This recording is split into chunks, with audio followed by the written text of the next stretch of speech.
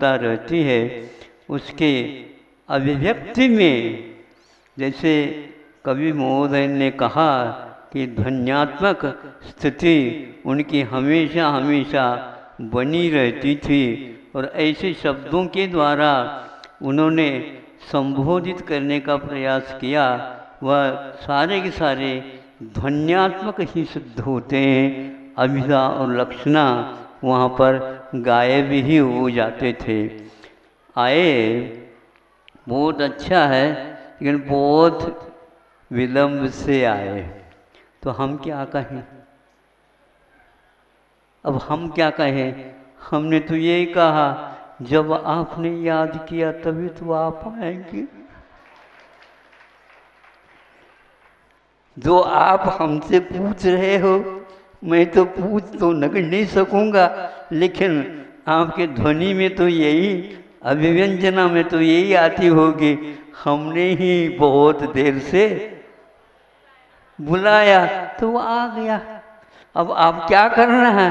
ये करना तो आपको है, हमें कुछ करना फिरना आता नहीं, बस इतना ही करना आता है कि आपका नाम भर हमारे ओठों पर रहे, इतना पर्याप्त समझता हूँ। हमारा काम पूरा पूरा हो जाएगा। ये तो विद्वानों का, हमने कहा विद्वानों का नहीं समझा है, हम तो एकमात्र प्रतिभा की कि जो अनंतकालीन सोई है वह जागृत आपके निमित्त से हो गई। बस यही चाहता हूँ, करना तो आपको है, संकेत तो आपको देना है, और उस संकेत का जहाँ तक बन सके मुझे कुछ करना नहीं है। जो कुछ भी है वो आज भी करेंगे, यहाँ रहो वहाँ रहो कहीं भी रहो, हमारा कार्य। और आपको तो अब स्वतंत्रता मिल रही है, स्वतंत्रता मिलने के उपरांत तो क्षमता बहुत बढ़ जाती है। तो आप भी समझो, अंत में ये कहा है कि आप तो सारी बातों को छोड़ करके जा रहे हो, मैं वैसे ही विलंब से आ गया, थोड़े और अच्छे समय दे देते तो मांगते क्यों हो? जो कुछ देना तो दे दिया, विद्या कालेन पच्यते।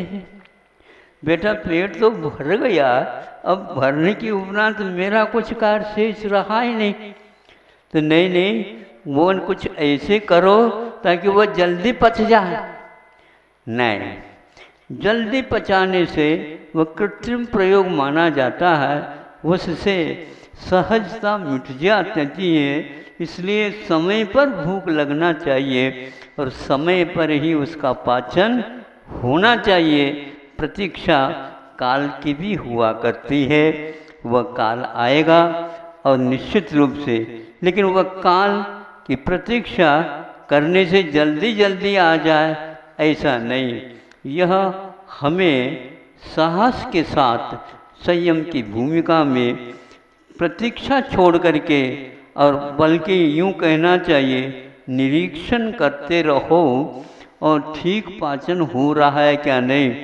जल्दबाजी में यदि भोजन करते हैं पचने में कुछ कष्ट होता है, और बहुत विलंब से यदि भोजन करते हैं तो मंदी, अथवा यूँ कहो तो भूख थोड़ी सी मंदी हो सकती है। और अति यदि भोजन करते हैं तो भी वह हमारे लिए हानिकारक होता है कि ज़्यादा पढ़ना लिखना ये कोई आवश्यकता नहीं है। और उनको यह सूत्र हमेशा हमेशा प्रिय रहता था, वह प्रिय सबको होना चाहिए, ऐसा हमारा अभिप्राय है। शब्दानुच्चारणेपि स्वस्यानुभवनम अर्थवत्, एक सूत्र है न्याय सूत्र, शब्द के उच्चारण किए बिना भी स्व का अनुभवन होता है। ये शब्द के आधार पर नहीं, अर्थ के आधार पर नहीं, और न ही अपने भावों के आधार पर है। वह आधार के बिना भी निराधार हो करके भी आपको बोध करा देता है। अर्थवत, कोई भी एक पदार्थ हाथ से उठाओ और उसके नाम भले ही मत बतो, मुख से उच्चरित करो, लोगों को उसका परिचय हो जाएगा।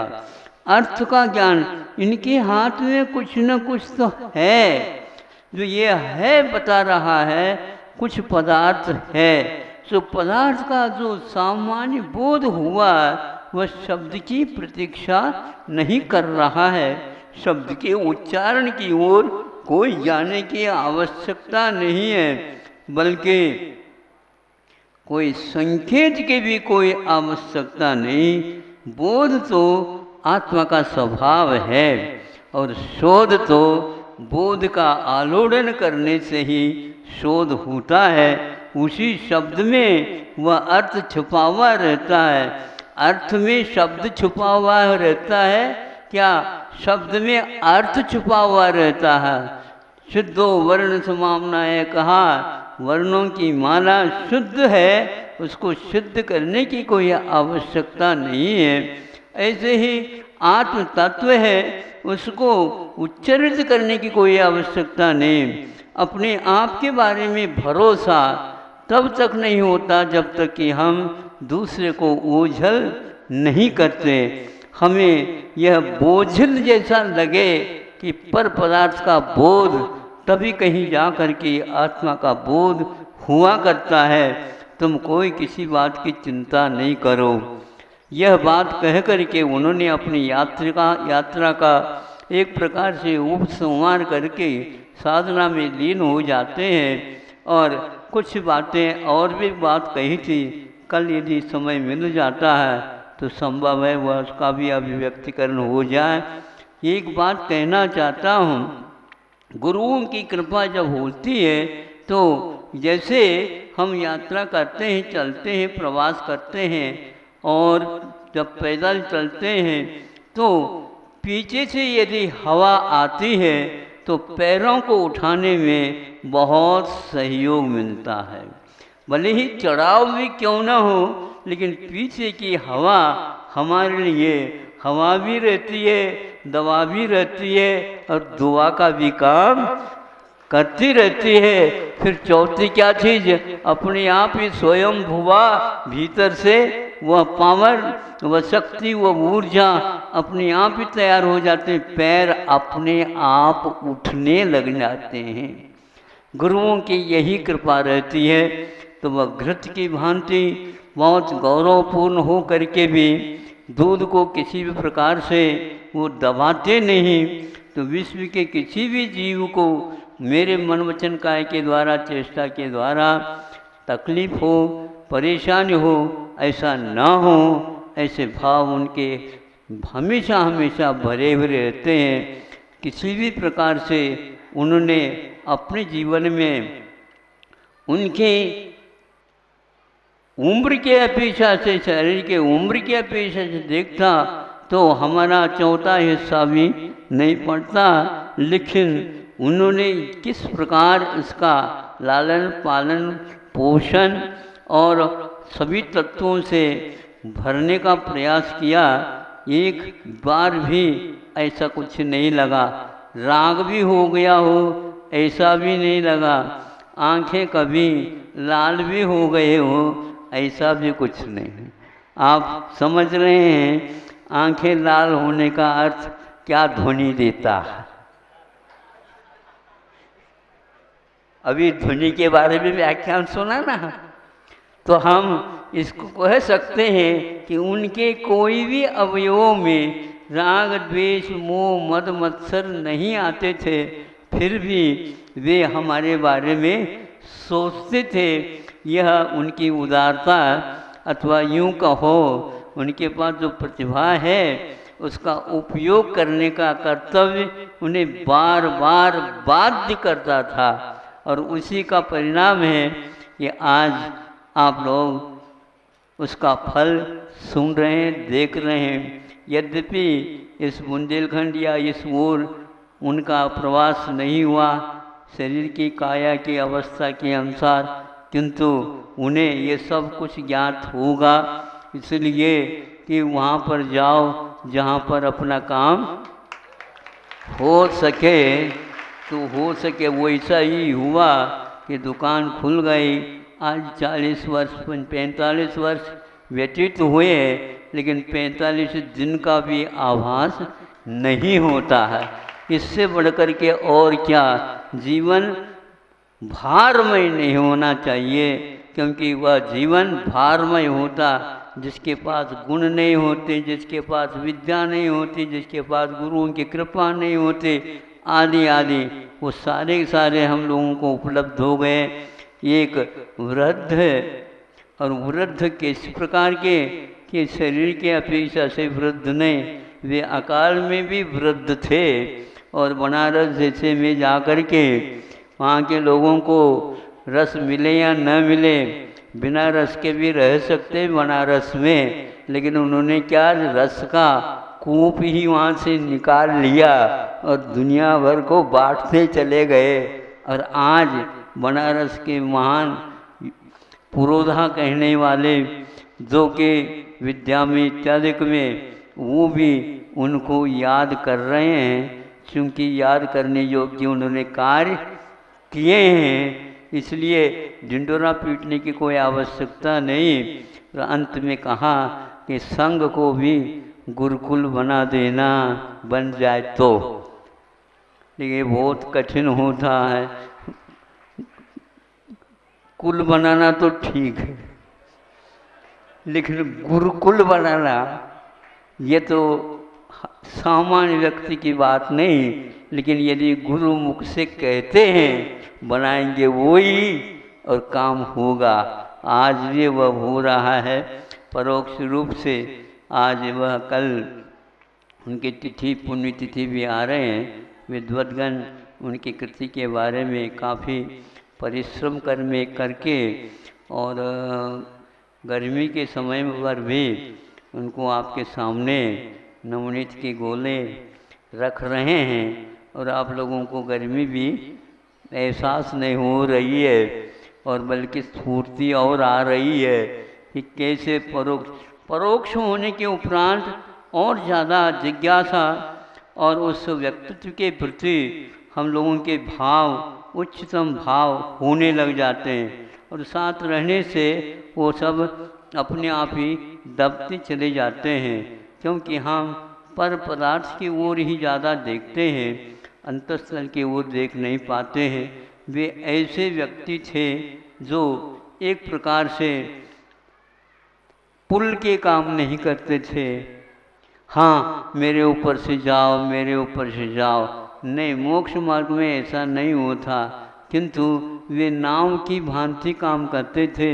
नाव में बैठे मिले तो मुझे भी चढ़ने का अवसर मिला, फिर इसके उपरांत तट आ गया, वो भी स्वयं कूद गए और हम भी उसके साथ कूद गए। जहाँ तक मोक्ष मार्ग है वहाँ तक गुरुओं का हमेशा हमेशा साथ बना रहता है। जब तक वह शिष्य शुद्ध न बने, परमात्मा न बने, तब तक उनका वह नाम स्मरण भी हमारे साथ रहता है। उस नाम को, उनके उसके कार्य को हमेशा हमेशा हमें बिना भूले, बिना प्रवाद किए याद रखना, ताकि वह हमारे लिए पाथे का काम कर सके। अहिंसा परमो धर्म की व्याकरणाचार्य महोदय के माध्यम से आप लोग काफ़ी एक ही क्रियापद में बहुत देर तक आप लोगों को डुबकी लगाते रहे।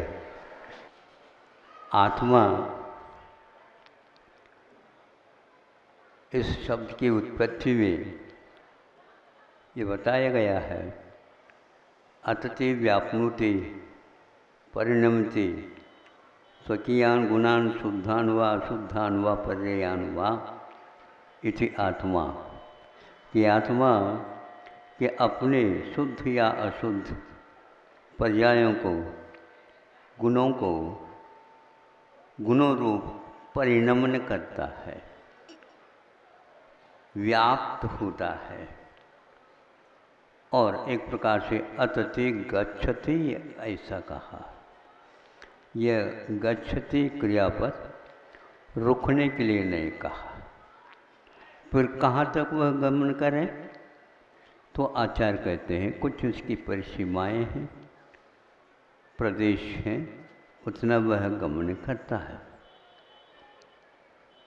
कि तनोति क्रिया के क्रियापद के बारे में जो बात कही है वह अतिथि के साथ बहुत ही अच्छे ढंग से संबंध रखता है।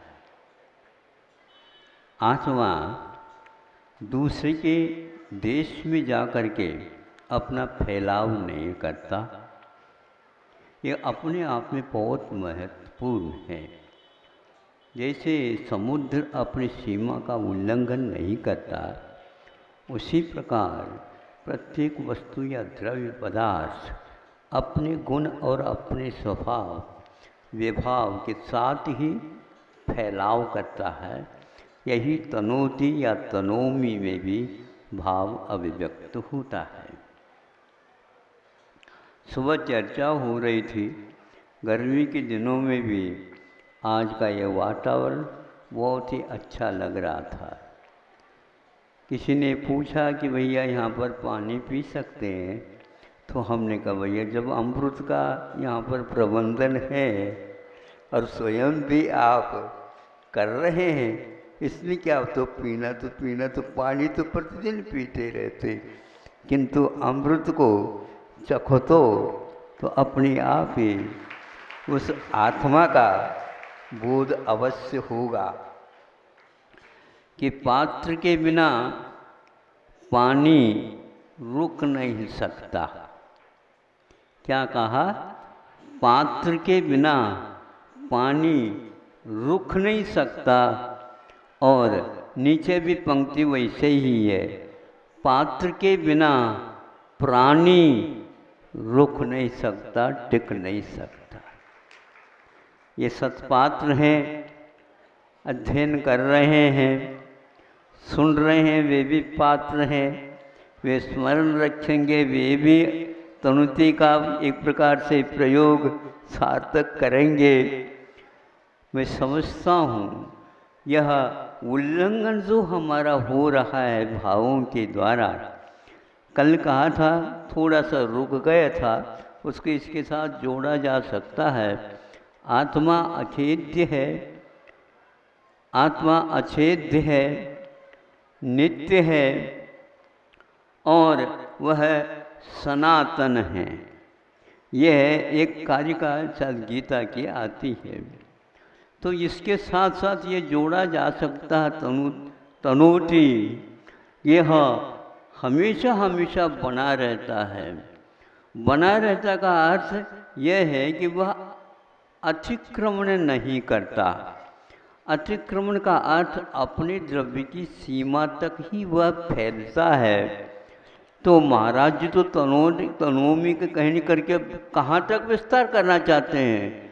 विस्तार जितना अपना है उतना ही होता है, किंतु वह विस्तार सजाति के अपेक्षा से जहाँ तक बने वहाँ तक हो जाएगा।